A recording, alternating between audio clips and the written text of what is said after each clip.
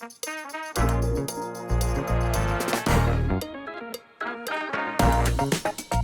everybody, and welcome to another Cheers to 10-Year interview. I am so excited to chat with more 17 Hats ambassadors and 17 Hats members. Today on the call, we are sitting down to talk with Chris and Brandy Grande. Thank you both so much for being here with us and sharing your journey. Yeah, thanks for having us. Before we dive in, let's just start off with the basics. Give us a little bit about who you are, what you do, where you're from. So Chris and Brandy, a lot of people just refer to us as the Grandes when we're at conferences and stuff. We are a package deal, so that's what we've sort of become. We are out of Brownsburg, Indiana, which is just outside of Indianapolis.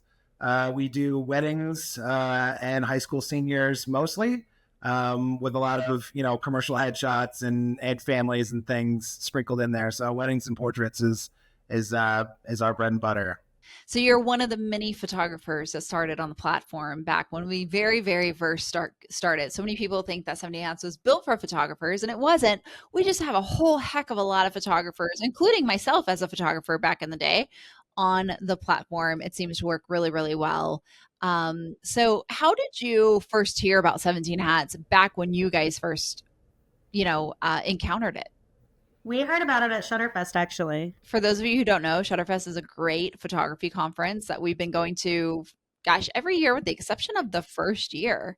Yeah, we started the third. I mean, it's the first 2 years. So ever since the third year on to 10, we've been there every year, and now we're teaching there at Shutterfest. So yeah, it's Shutterfest is family to so many of us.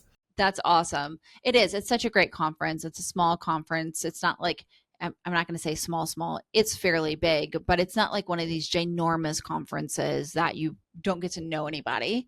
It's small enough to where you really feel at home at it as well, which is wonderful. It all feels like family. Yeah, absolutely. How did your photography business get started?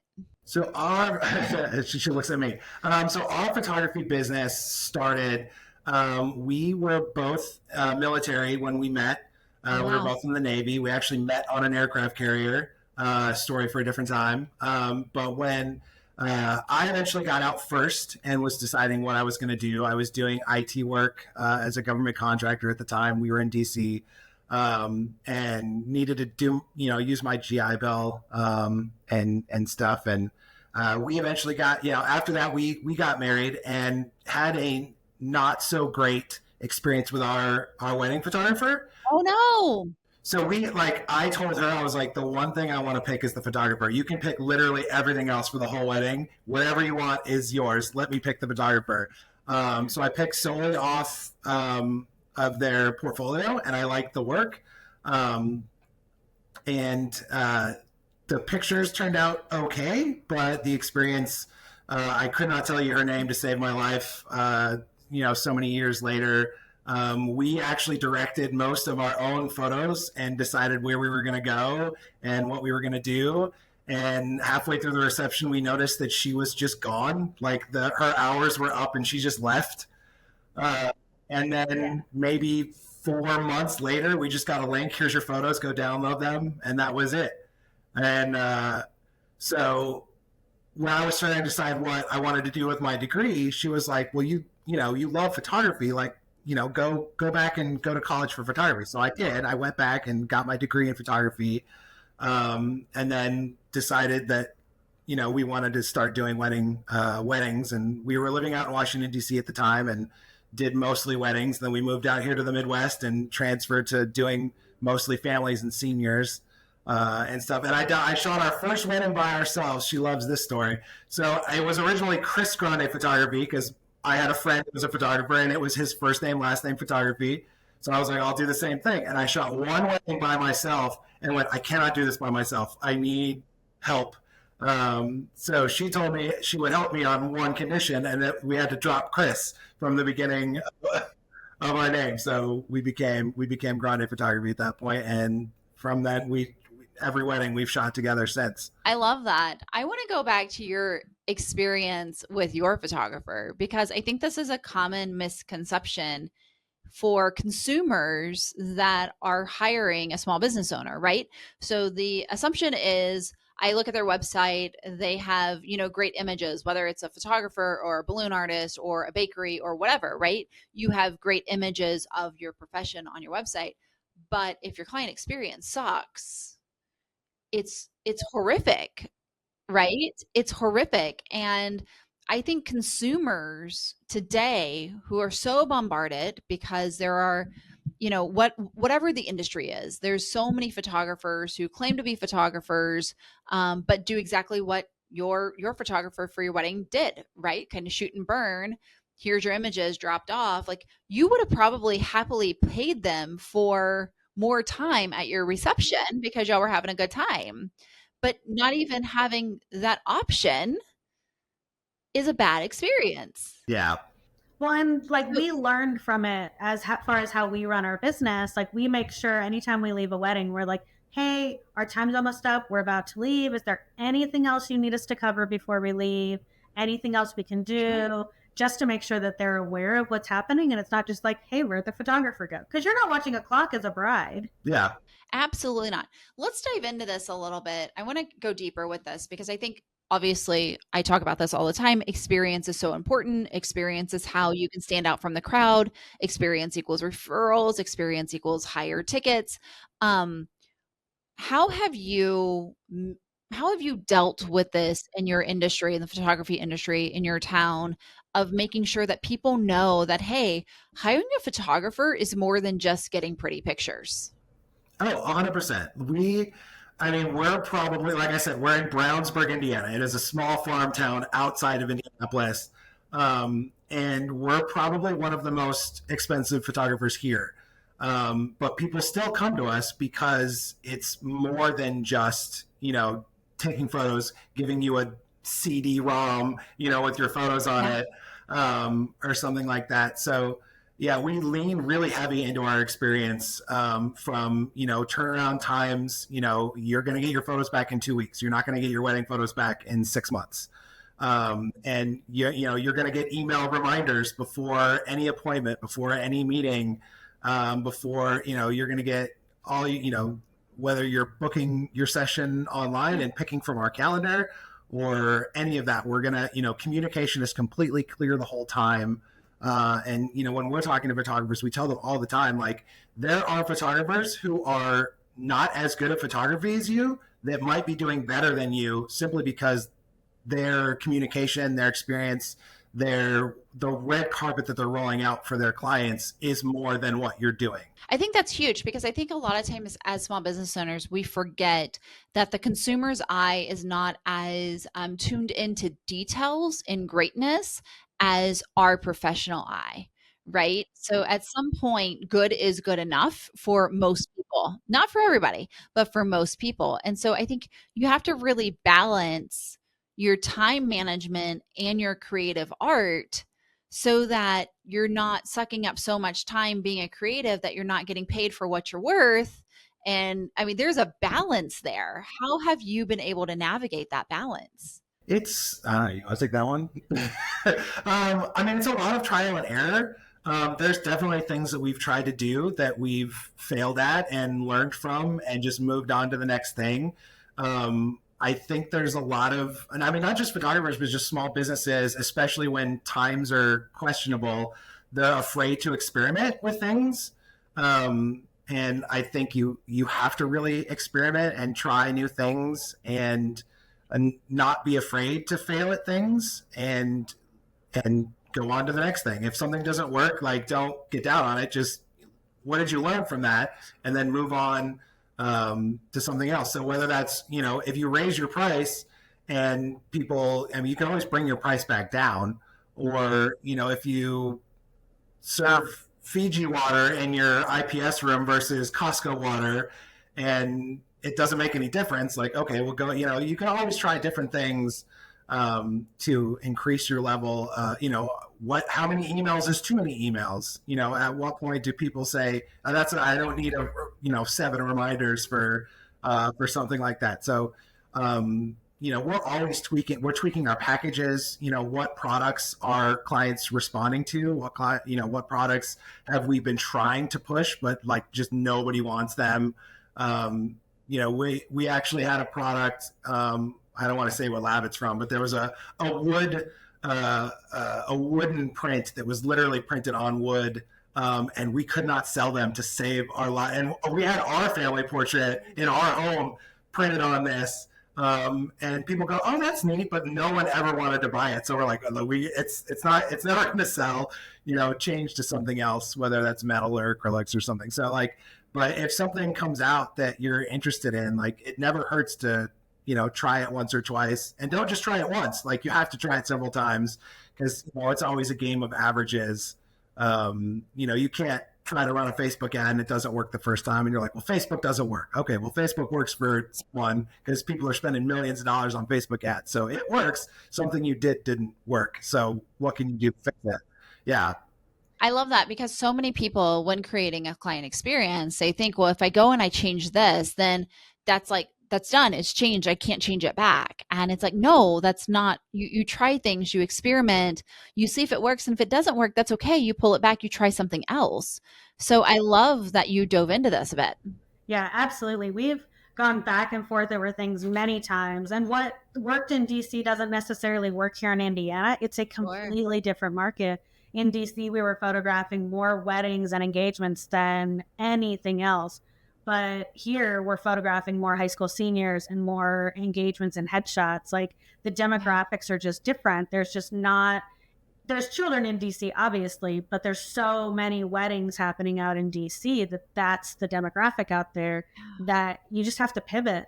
And we're constantly changing things. For our seniors this year alone, we upped our experience by having, our hair and makeup artists come directly to our studio instead of going to a salon. We ask them what their favorite drink and favorite snacks are, so that they're here waiting for them when they get here. And they're like, oh my gosh, this is amazing. It's like $4 for me. Like, not about being super expensive out of my pocket, but it means the world to them. They paid attention. They noticed what I said. Yep. And it's still cost of goods, right? Like, that's still cost of goods. It's still rolled into your expenses, but that's also put into your pricing as well. It all plays a role there. And I love it, because those what people tend to call surprise and delight, right? Things that surprise them and get them excited. Those are the things that they go refer on, right? As a professional, I feel like you having good photographs, that's the bar. They wouldn't hire you if you didn't have good photographs. Like, that's the baseline. That's what they expect. Yeah.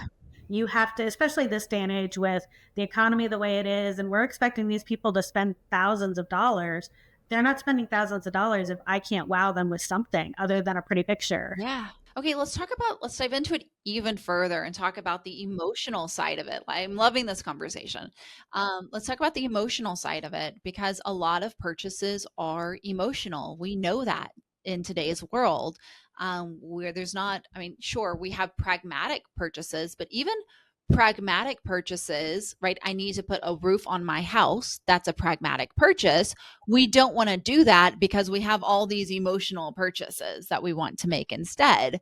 So emotional purchases have actually, for many people, have taken a higher stance than pragmatic purchases, which, I mean, that's a whole topic of discussion right there that we won't get into. But how do you create this to be an emotional purchase? So, I mean, if you look at it's such a messaging standpoint. Like, we tell all of our parents that come to us for senior photos, we're like, okay, like, if this is your daughter, this is probably the last professional portrait you're going to have of your daughter before her wedding day. I know. It's so sad. I'm thinking about my daughter right now. Just photos, or is this art that you want on your wall for the next 5-10 years while she's going through college and figuring out her career and all that stuff? And she's not coming home to take family photos with you every year. She's out living her life. You're not going to get professional photos of her until her wedding day. And we tell all of our seniors, we let them know, we need a parent to be there for hair and makeup for your session. You're not showing up by yourself, because it is about the experience. And if my senior has a fantastic session, a fantastic time, yeah, they're going to go home and tell their parent, but it's not the same as mom being there and seeing it. and seeing their daughter or son throughout the session and going, oh, well, this is how it started. But by the end of it, they were talking and laughing and joking, and they got him to open up and got real smiles and genuineness. And that's the important part to us, is being able for the parents to see that. And a lot of times it is the mom, but I like them to see the transformation. We've had some dads, though, on sessions. A lot of people talk about, what their ideal client is, and everyone's like, oh, well, it's people who drive BMWs and have Louis Vuitton this and that because they want clients that have money. But at the same point, we've had a single dad with 3 daughters, and he came in for his IPS session, and he just bawled the whole time in the IPS session, and came in and bought our top package. But you would have never guessed, he would not be anyone's, ideal client that they think. But at the same point, it's not about, because a lot of people who have a lot of money aren't spending a lot of money. They're spending it on different things like a boat or a $70,000 truck or whatever. But if you can reach that emotional side of that, and really just go through the whole experience with them. And the first time I show the daughter the back of my camera on the shoot, and her face lights up because she's never seen herself like that before, and mom or dad is there and sees that reaction. We've had a mom literally on a session with us call her husband and say, hey, remember, what the budget that I said that we had for photos? Double it. And then hung up. And she hadn't seen a single photo yet. It was just from the experience of being on the session with us, from, hair and makeup to, picking out clothes and stylizing, going to the session, all of that. And you really have to pull the emotional heartstrings. If you look at car ads, and you look at an ad for a Ford, and they're talking about the things that come standard and this wheel and that wheel and ACs, but if you look at a Lexus or a Mercedes commercial, it's all about how that car makes you feel while you're driving it. They're not talking about the specs of the car. So if you're trying to talk about, what cameras you use and how you edit and this, that, and the other, most of your clients, they either don't know or they don't care. Yeah, you're talking above their head, right? It's all technical stuff. They don't understand that. Right. Yeah. So, and a lot of times when they're asking about that techie spec stuff anyway, it's because they think that that's what they're supposed to be asking. They saw it. Right. They saw it somewhere. This is what you should ask your photographer. And I'm like, okay, but I'm going to answer you. And I know what I have and that it's good. Do you know what I have? Do you know what that translates to, what that means? Yeah. It's so true. I mean, the emotional aspect of it is so huge when you come to think about pricing, even what your brand should look like, how your words, your attitude, how you dress, how you show up. It plays a role in so many things. If you had, if we were talking to, newbies in photography or newbies in business, what advice would you give them on that topic of emotions in the experience? I think about how you would want to feel as a client. Like, I would be the first one to tell you, I am not our ideal client. I'm absolutely not. And that's okay, because I know who my ideal client is. And I know that the experience that I want to give my clients is something that I would want. Whether I'm my ideal client or not, I know the experience is something that I would want. I want to feel pampered. I want to feel listened to. I want to feel like if we send out a questionnaire and it says that, hey, my favorite book is Harry Potter, great, then I'm going to look for something that can emote that in your photos. Like, great, you're huge image, then let's get you in front of some castle or huge building that makes you feel like you're there. Yeah, I just want them to be able to feel that. So just give them what you want, what you would expect. Yeah, I mean, really listen and ask questions of your clients and figure out who they are, what they're into, what brings them emotion. We lean heavily into questionnaires, whether that's engagement couples, whether really in seniors.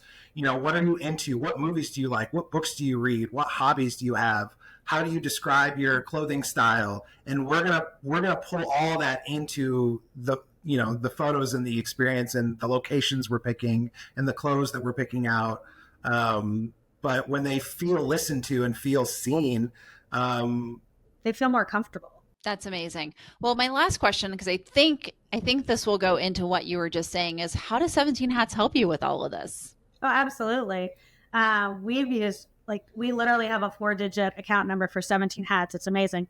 that's how old they are. Yeah. From the beginning. Yes, from the beginning, it's been amazing. And we've grown and had hiccups with 17 Hats and gone back and forth. But overall, email communication and sending those questionnaires and having everything in one location, from invoices to emails to all the questionnaires to parent contact, because we have parents and the child in there, so that for our seniors at least, so that we can contact them both. So having related contacts in there, all of that, and those tools that are available in 17 Hats have just been phenomenal. We still have an old enough account that we have life cycles in our account, which I love. We haven't started messing with pipelines yet, but we're I would say pipelines is replacing life cycles. Yeah. That's what I figured. So that is the newest one. I love it. But yeah, I mean, 17 Hats is the full-time employee that we wish we could hire.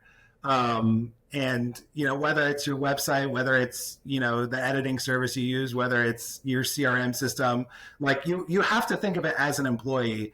And, if your website was an employee, would you fire it? If your CRM system is an employee, is it doing its job? And is that something that is a problem with your CRM system, or is it something that you haven't done because there's back end things that you need to do, in the system to get it set up to do the things that you want to do? And I have an IT background, so I always say if there's anything that you have to do the same way more than twice, it should be automated. And the fact that you can do that in 17 Hats, and we can be on a shoot and then on the shoot get a text message that says, hey, such and such invoice was paid. Hey, this questionnaire has been filled out, and we're off, because as photographers, I get paid to shoot, and that's it. I don't get paid to edit. I don't get paid to answer emails. I get paid to photograph. So I need to be spending my time photographing and not spending my time editing, answering emails, sending invoices. That stuff should be automated as much as it possibly can. And 17 Hats does that for us. And it keeps us organized, because I am completely unorganized. Keeps me organized. 17 Hats is my lane. Yeah. And I don't know what I'd do without it. It just keeps everything organized and where it needs to be. And last week we had a client who came back for her son's senior photos, and we photographed her daughter 2 years ago. And I was very easily able to go in, look up the previous project, see what they spent with and what they chose, what they ordered for the daughters, so that I could go into the sun and know what to expect out of that sale and be prepared for if they came up and said, well, we don't really remember what we ordered. Great, I have it. I know it. It's not a big deal. Without searching through 9 million emails from 2 years ago. Yeah. I love that. Keeping all of that old information is so important as well. I love that. Well, thank you both so much for joining me here, chatting and kind of diving into all the great things we dove into, so many nuggets of wisdom and advice that you left in this interview, and I truly appreciate it. If somebody listening wants to learn more about you or the services you offer, where can they find you? We're Gronde Photo, Gronde Photo, on all platforms, Instagram, TikTok, Facebook, all that. We do have for photographers, we do have a Facebook group called Fail Your Way to Success, because we tell people that's what we've been doing for the last 15 years, is just failing and hitting a new wall as many times as we can until we succeed. So that's a great group for other photographers who are just looking, some of them might feel like they're, struggling or trying to, make ends meet in the economy and stuff. And we're all just sharing tips on what we're doing marketing wise or CRM wise and stuff like that. So there's that. And that's pretty much where you can find us. I love it.